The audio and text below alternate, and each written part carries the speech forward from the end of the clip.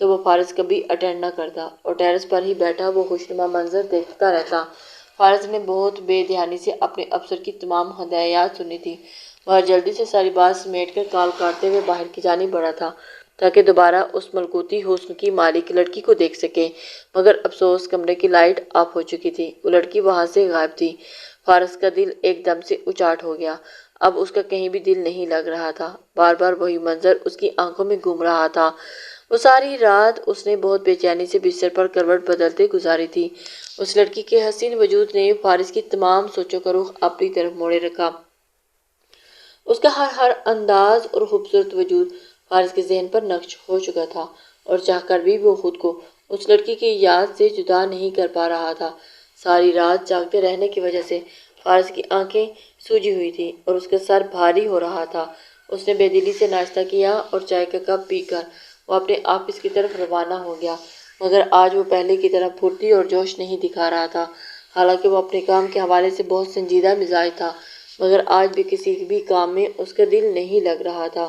اس نے بہت بے چینی سے پورا دن کام کاٹا اور پھر شام ہوتے ہی اپنے گھر کی طرف روانہ ہوا اور اس کے پورے وجود میں بے چینیاں بھری ہوئی تھی۔ گھر آتے ہی بے اختیار اس قدم ٹیرس کی طرف بڑھے، مگر فلیٹ میں مکمل خاموشی چھائی ہوئی تھی۔ فارس کمرے میں چلا گیا، کپڑے بدلتے کھانا کھا کر بستر پر لیٹ گیا اور لیٹتے ہی اسے گہری نیند نے آن گھیرا۔ وہ ساری رات کا جاگا ہوا تھا اور سارے دن کی تھکا ہوا تھا، لہٰذا نیند میں جاتے ہی اسے ایک منٹ بھی نہیں لگا تھا۔ تقریباً وہ آدھی نیند کر چکا تھا جب پیاس لگنے سے فارس کی آنکھ کھلی۔ اس نے گھڑی پر ٹائم دیکھا تو رات کے 11 بج رہے تھے۔ فارس نے پانی پیا اور پھر سگریٹ کی ڈبی اٹھا کر ٹیرس پر چلا گیا۔ اسے سگریٹ کی طلب ہو رہی تھی اور تب سگریٹ پھونکتے پھونکتے اس نے دیکھا کہ فلیٹ کے اس کمرے کی لائٹ آن ہوئی ہے۔ وہ لڑکی نمودار ہوئی اور فارس کے دل کی دھڑکن بڑھ گئی۔ وہ لڑکی پورے کمرے میں ناچتی پھر رہی تھی۔ اس نے انتہائی سادہ سا لباس پہن رکھا تھا، مگر سادگی میں بھی وہ غضب ڈھا رہی تھی۔ گانے کے بول پر اس کا جسم اسی انداز میں تھرکنے لگا اور بل کھاتا تھا اور ساتھ ساتھ گانا بھی گا رہی تھی اور اپنے ہاتھوں کی مرمری انگلیوں کو مستی میں نچا رہی تھی۔ کل کی طرح آج کے منظر نے بھی فارس کو مسحور کر دیا تھا۔ وہ لڑکی لاپرواہ ہونے کے ساتھ ساتھ بہت معصوم تھی۔ ناچتے ہوئے وہ لڑکی فارس کو مکمل طور پر پاگل کر چکی تھی۔ بے اختیار فارس کا دل چاہا کہ اٹھ کر اس لڑکی کے پاس پہنچ جائے، مگر اس کو چھو کر دیکھے۔ اس نازک مومی انگلیاں دیکھ کر فارس کو اپنی پیانو ٹیچر کی بے تحاشا یاد آنے لگی تھی۔ وہ میٹرک میں تھا جب اسے اپنی ایک ٹیچر پسند آئی تھی۔ وہ پیانو کی ٹیچر تھی اور اپنی مومی انگلیوں سے وہ جب وہ پیانو بجاتی تو فارس کو بہت اچھی لگتی تھی۔ وہ ٹین ایج لڑکا تھا اور اپنی ٹیچر کو دل سے پسند کر بیٹھا تھا۔ اپنی پیانو ٹیچر کی مرمری انگلیاں فارس کے ذہن میں ہمیشہ کے لیے نقش ہو چکی تھی۔ آج اس لڑکی کی انگلیوں نے پیانو کی یاد تازہ کر دی تھی۔ اس وقت تو فارس کو لگتا تھا کہ اس کی ٹیچر زیادہ حسین عورت اس دنیا میں کوئی نہیں ہوگی، مگر آج اس لڑکی نے فارس کو مجبور کر دیا تھا کہ وہ اپنی پیانو ٹیچر کو مکمل طور پر بھول کر اس لڑکی کے عشق میں گرفتار ہو جائے۔ فارس نے بے اختیار اپنے جیب سے موبائل نکالا اور اس لڑکی کی تصویر بنا سکے، مگر افسوس وہ لڑکی ایک بار پھر اپنے کمرے کی لائٹ آف کر وہاں سے جا چکی تھی۔ کچھ سوچ کر فارس نے اس فلیٹ کی تصویر بنا لی۔ یوں تو اس کی یادداشت غضب کی تھی اور اپنی ذہانت کی ٹریننگ کی وجہ سے وہ ہر چیز کو بہت توجہ سے آبزرو کرتا اور ساری بات اور منظر اپنی یادداشت میں محفوظ کر لیتا، مگر اس لڑکی کو فارس کھونا نہیں چاہتا تھا۔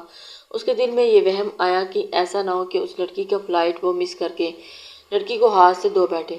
تصویر بنانے کے بعد وہ کمرے میں چلا آیا اور پھر اس رات آنکھوں میں کٹنے والی تھی، اب وہ مزید اس آنکھ مچولی کا حصہ نہیں بننا چاہتا تھا۔ فارس شروع سے ہی بہت جذباتی اور لمحوں میں فیصلہ کرنے والا انسان تھا۔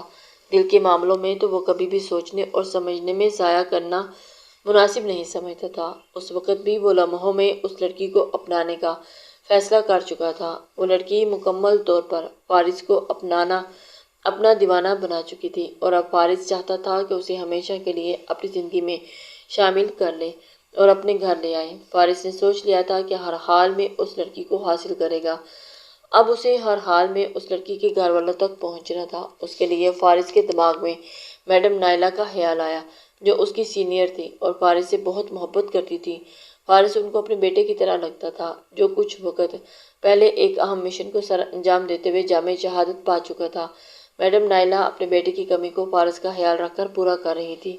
فارس کو میڈم نائلہ کی بہت انسیت ہو چکی تھی، ان کی دل سے عزت کرتا تھا اور اپنی زندگی کی ہر ضروری اور غیر ضروری معاملات وہ میڈم نائلہ کے ساتھ ہی شیئر کر چکا تھا۔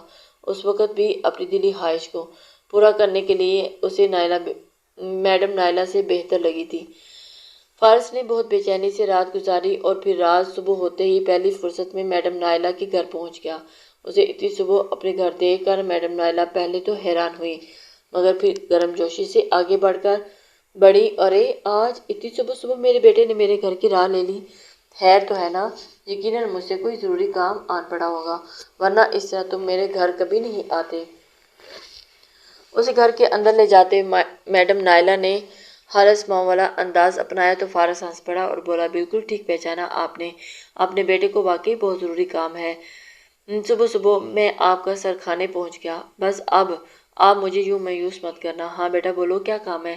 اور بے فکر ہو، اپنی اولاد کو کوئی ماں مایوس نہیں کرتی۔ انہوں نے بہت محبت سے فارس کے سر پر ہاتھ پھیرا تھا۔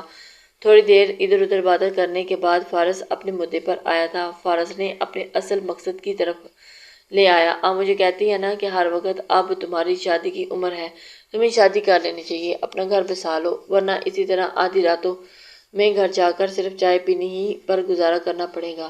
بیوی ہوگی تو گھر کا سکون میسر ہوگا۔ تو بس آپ کی بات پر سنجیدہ ہو چکا ہوں اور میں نے شادی کا فیصلہ کر لیا ہے، اور اس سلسلے میں مجھے آپ کی مدد چاہیے۔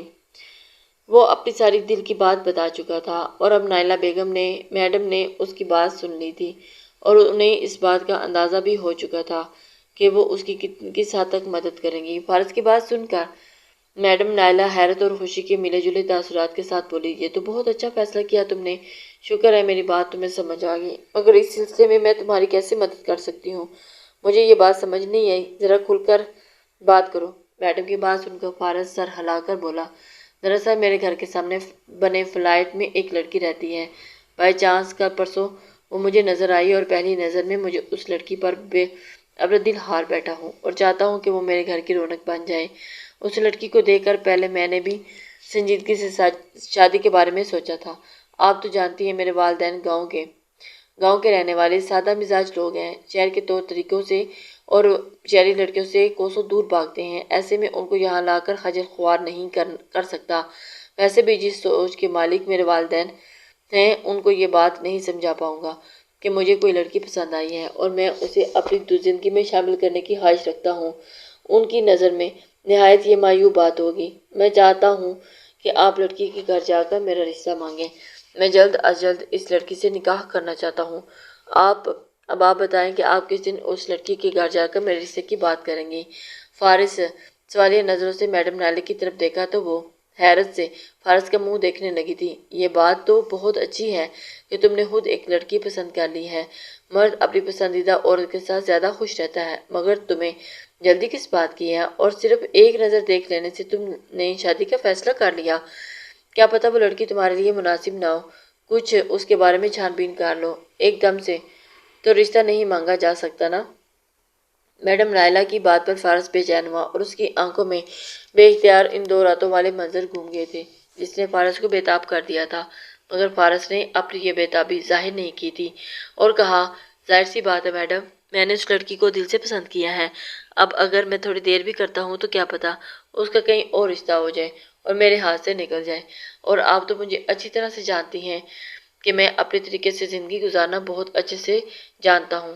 آپ بے فکر رہیں، وہ لڑکی اگر میری سوچ اور طور طریقوں سے ہٹ کر ہوئی بھی تو میں اس کو اپنی پسند کے مطابق ڈھال لوں گا، ابھی تو بس آپ اس کو اپنی زندگی میں شامل کرنا ہے، اور آپ یقین نہیں کریں گی وہ بہت لاپرواہ لڑکی ہے، میں نہیں چاہتا کہ اس پر کسی اور کی نگاہ پڑے، ویسے بھی اکیلے رہتے رہتے میں بھی اکتا چکا ہوں، بس آپ جلدی سے اس کے گھر جا کر میرا رشتہ مانگیں، بات طے ہوتے ہی اپنے والدین کو گاؤں سے بلا لوں گا، آپ سے یہی بات کرنے کے لیے میں آیا ہوں۔ اس کی بےتابی دیکھ کر میڈم نائلہ کو خوب ہنسی آئی تھی۔ بھائی آپ تو مجھے بھی تجسس ہو رہا ہے، یقیناً بہت حسین لڑکی ہوگی جس نے فارس جیسے بندے کو تو اتنا پاگل کر دیا ہے کہ تم کہو تو میں ابھی تمہارے ساتھ چل جاتی ہوں، مگر تمہیں تھوڑا سمجھداری سے کام لینا چاہیے، تم پہلے پتہ کرو اس گھر میں اور کتنی لڑکیاں ہیں اور تمہیں اس لڑکی کا نام تک نہیں معلوم۔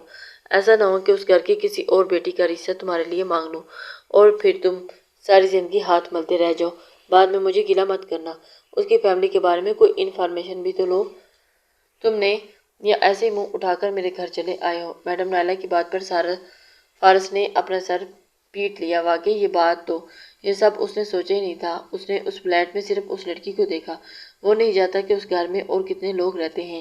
اور اپنی جذباتیت پر فارس شرمندہ ہو گیا تھا۔ ہاں، اس طرف تو میرا دھیان ہی نہیں گیا۔ واقعی آپ بہت اچھی ماں ہیں، ورنہ میں اپنی بے وقوفی کے ہاتھوں کوئی غلطی کر بیٹھتا۔ آج ان کے بارے میں پوری انفارمیشن لے کر آپ کو بتاتا ہوں، پھر رشتے کے لیے بات چلائیے گا۔ اب میں چلتا ہوں، مجھے دفتر بھی پہنچنا ہے۔ یہ کہتے ہوئے فارس اٹھ کھڑا ہوا تو میڈم نائلہ نے کہا، اب آ ہی گیا ہو تو ناشتہ میرے ساتھ ہی کر لو۔ میڈ نے ناشتہ ٹیبل پر لگا دیا ہے اور میں انکار نہیں سنوں گی۔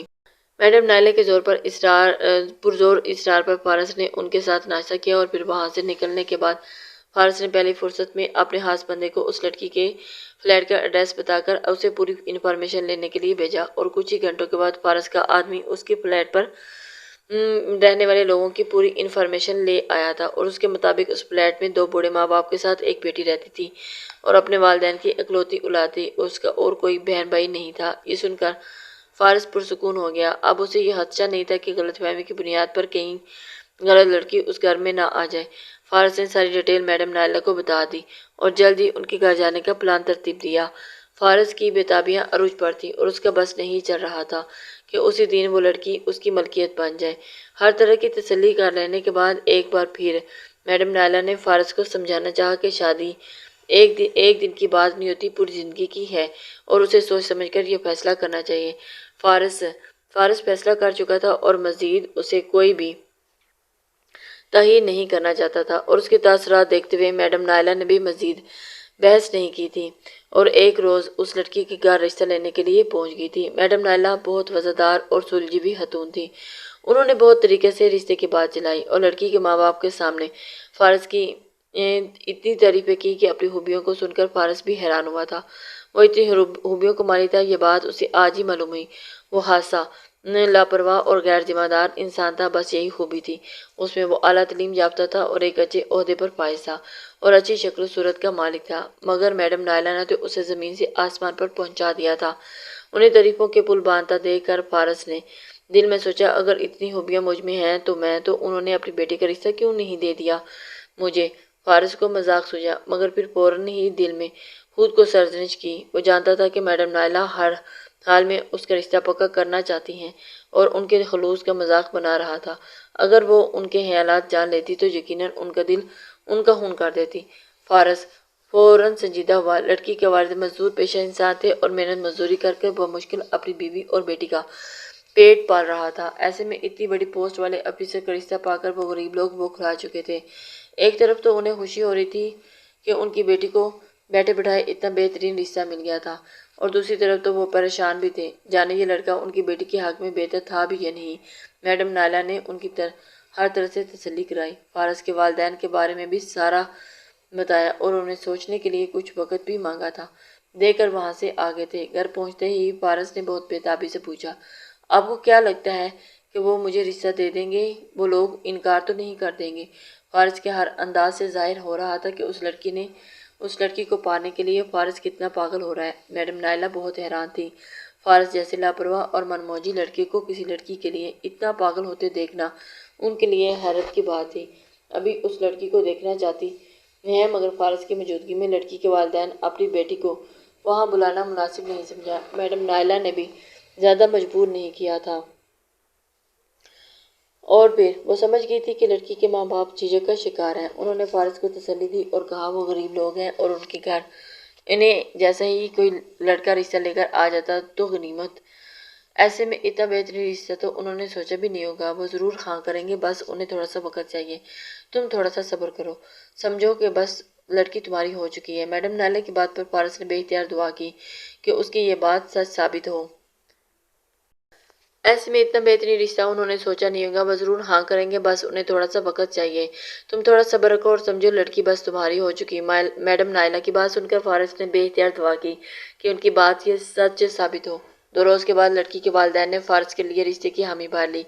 رشتہ طے ہوتے ہی فارس خوشی سے جھوم اٹھا اور اس کے پاؤں زمین پر نہیں ٹک رہے تھے۔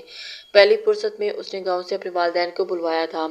جب ان کو بتایا تو ان کا رشتہ کر چکا ہے تو اس کی والدہ تھوڑا مایوس اور پریشان ہوگی اور کہنے لگی، میں نے تمہارے لیے رشتہ بہت کچھ سوچ رکھا تھا اور تم نے تو بالا ہی بالا رشتہ طے کر لیا اور ہمیں بتایا تک نہیں، جانے کیسے لوگوں میں رشتہ جوڑ بیٹھے ہو۔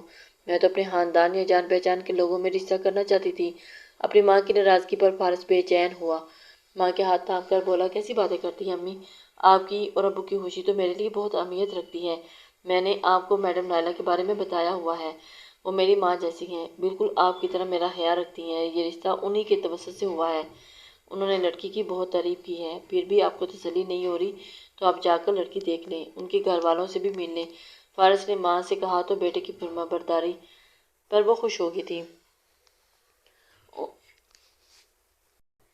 ان کے لیے اتنا ہی کافی تھا کہ ان کا بیٹا انہیں اتنا مان دے رہا تھا۔ ویسے بھی میڈم نائلہ کی وہ دل سے شکر گزار تھی جو انہیں اس اجنبی شہر میں ان کے بیٹے کا اتنا خیال رکھ رہی تھی۔ انہوں نے فارس کا ماتھا چوم کر دل سے لگا کر دعا دی تھی اور بولی، اگر میرا بیٹا اس رشتے کے لیے راضی ہے تو مجھے بھی کوئی اعتراض نہیں۔ میرے لیے اتنا ہی کافی ہے کہ میرے بیٹے کو اب بھی اپنے ماں باپ کا احساس ہے۔ وہ اپنے والدین کو نہیں بولا۔ میری دعا ہے کہ وہ لڑکی تمہارے لیے بہت بہترین ثابت ہو۔ اتنا ضرور کہوں گی کہ اگر تم نے اس لڑکی کو قبول کر لیا ہے تو ساری زندگی اس کے ساتھ نبھانا۔ میں نہیں چاہتی کہ بعد میں تم کوئی مسئلہ کھڑا کرو۔ میں تمہاری جذباتی فطرت سے بہت اچھی طرح واقف ہوں۔ ماں کے خدشے پر فارس نے انہیں بھرپور تسلی دی۔ اب وہ انہیں کیا بتاتا کہ وہ اس لڑکی کے عشق میں بری طرح سے گرفتار ہو چکا ہے اور اس کے چھوڑنے یا اس کے ساتھ برا رویہ رکھنے کا تو وہ سوچ بھی نہیں سکتا۔ پھر فارس کے والدین لڑکی کے گھر گئے اور ان سے ملاقات کی اور شادی کے معاملات طے کیے۔ جب لڑکی کو دیکھا تو فارس کی ماں بھی خوشی سے نہال ہو گئی۔ لڑکی واقعی چاند کا ٹکڑا تھی اور لگتا تھا کہ جیسے ان کے بیٹے کے لیے ہی بنائی گئی ہو۔ اس لڑکی کو دیکھ کر ان کے دل میں تھوڑا بہت وہم بھی ختم ہو چکا تھا۔ پھر دیکھتے ہی دیکھتے ایک سادہ سی تقریب میں فارس کا نکاح ہو گیا اور وہ لڑکی افشین فارس کی دلہن بن کر اس کے گھر آ گئی۔ فارس خود کو ہوا میں اڑتا ہوا محسوس کر رہا تھا۔ گھونگھٹ میں بیٹھی وہ اپنی دلہن کو دیکھ کر اس جذبات سے مچل رہے تھے اور بےتابیاں عروج پر تھیں۔ جب وہ میں اسے بتاؤں گا کہ میں نے اسے کب اور کیسے دیکھا تو وہ یقیناً حیران ہوگی اور خوشی میں جب اسے پتہ چلے گا کہ وہ اپنے شوہر کی من چاہی بیوی ہے، کیونکہ اس لڑکی کی یہی خواہش ہوتی ہے کہ جس مرد کی زندگی میں وہ شامل ہو وہ مرد اسے دل سے پسند کرے، اور میں تو پہلی نظر میں ہی اس سے محبت کر بیٹھا ہوں۔ یہ سوچتے ہوئے فارس کے لب مسکرا رہے تھے۔ کمرے میں داخل ہونے کے بعد فارس نے بمشکل اپنے لرزتے لہجے کو ہموار کرتے ہوئے سلام کیا اور افشین کے پاس بیٹھتے ہوئے اس کے گھونگھٹ اٹھایا تو فارس کو ایک جھٹکا لگا۔ اس کے مسکراتے لب سکڑ گئے، ماتھے کی رگیں تن گئی تھی۔ یہ وہ لڑکی نہیں تھی جسے فارس نے دیکھا تھا، بلکہ یہ اس لڑکی سے بالکل مختلف تھی۔ ایسے کیسے ہو سکتا ہے؟ اس گھر میں تو ایک ہی لڑکی رہتی تھی، تو پھر مجھے اور شکل کی لڑکی کیسے مل گئی؟ اس کی گہری نظر دیکھتے ہی ہوئے فارس نے سوچا اور اس کا دل عجیب احساسات میں گر چکا تھا۔ اس کی نظروں سے نروس ہو رہی تھی، مگر فارس نے محسوس نہیں کیا کہ اس کا دل اندھیروں میں ڈوب گیا۔ کچھ دیر اس کو دیکھتے رہنے کے بعد فارس نے اپنے دل سے منفی خیالات کو نکالتے ہوئے سوچا تھا، اور اسے تو کیا پتا، دور سے دیکھتے ہوئے مجھے اس لڑکی کے نقوش کی سمجھ ہی نہ آئی ہو اور یہی وہ لڑکی ہو۔ اور پھر اسلم خاص آدمی نے بھی تو بتایا تھا کہ اس گھر میں ایک ہی لڑکی رہتی ہے، تو اور کوئی نہیں، تو میرے ساتھ دھوکہ نہیں ہوا، مجھے غلط فہمی ہوئی ہے، یہی وہ لڑکی ہے جسے میں پہلی نظر میں پسند کر بیٹھا ہوں۔ فارس نے افشین کے انتہائی حسین روپ کو اور اپنی نظروں میں سموتے ہوئے سوچا تھا، اور اسے سمجھ نہیں آ رہی تھی کہ اس وقت وہ کس پوائنٹ پر کھڑا ہے۔ فارس کو ایک ساتھ دھچکا بھی لگا تھا، لیکن اس نے دل ہی دل میں اپنے آپ کو کچھ سمجھا بیٹھا۔ مگر ایک رات گزار کر فارس کے شک کی تصدیق ہوگی۔ یہ لڑکی واقعی اور لڑکی تھی، اور پورا وجود اس لڑکی سے مختلف تھا، سر سے پیر تک بالکل الگ تھی۔ فارس مایوس ہو چکا تھا اپنی محبت کی ناکامی پر، اس کی دل بری طرح سے ٹوٹا۔ وہ تو سمجھ رہا تھا کہ جسے چاہا وہ مل گیا، مگر قسمت نے تو اس کے ساتھ عجیب کھیل کھیلا تھا۔ یہ کہتی تھی میڈم نائلہ کہ اسے اتنی جلد بازی سے کام نہیں لینا چاہیے تھا۔ کمی تو افشین میں بھی نہیں تھی، وہ بہت حسین اور معصوم تھی، مگر اس لڑکی کے روپ نے فارس کو دیوانہ بنایا تھا۔ ایسے میں افشین کا ساتھ اسے بالکل بھی اچھا نہیں لگ رہا تھا۔ وہ پہلے دن ہی افشین سے بیزار ہو چکا تھا، لیکن اپنی بیزاری وہ افشین پر یا کسی پر ظاہر نہیں کرنا چاہتا تھا۔ اس نے اپنی ماں سے وعدہ کیا تھا کہ اس رشتے کو دل سے نبھائے گا، اور اب اپنے الفاظ میں وہ خود ہی پھنس چکا تھا۔ فارس کو سمجھ نہیں آ رہی تھی کہ وہ کیا کرے۔ شادی سے پہلے وہ جتنا جذباتی اور پرجوش ہو رہا تھا اب اس سارے جوش پر پانی پھر چکا تھا۔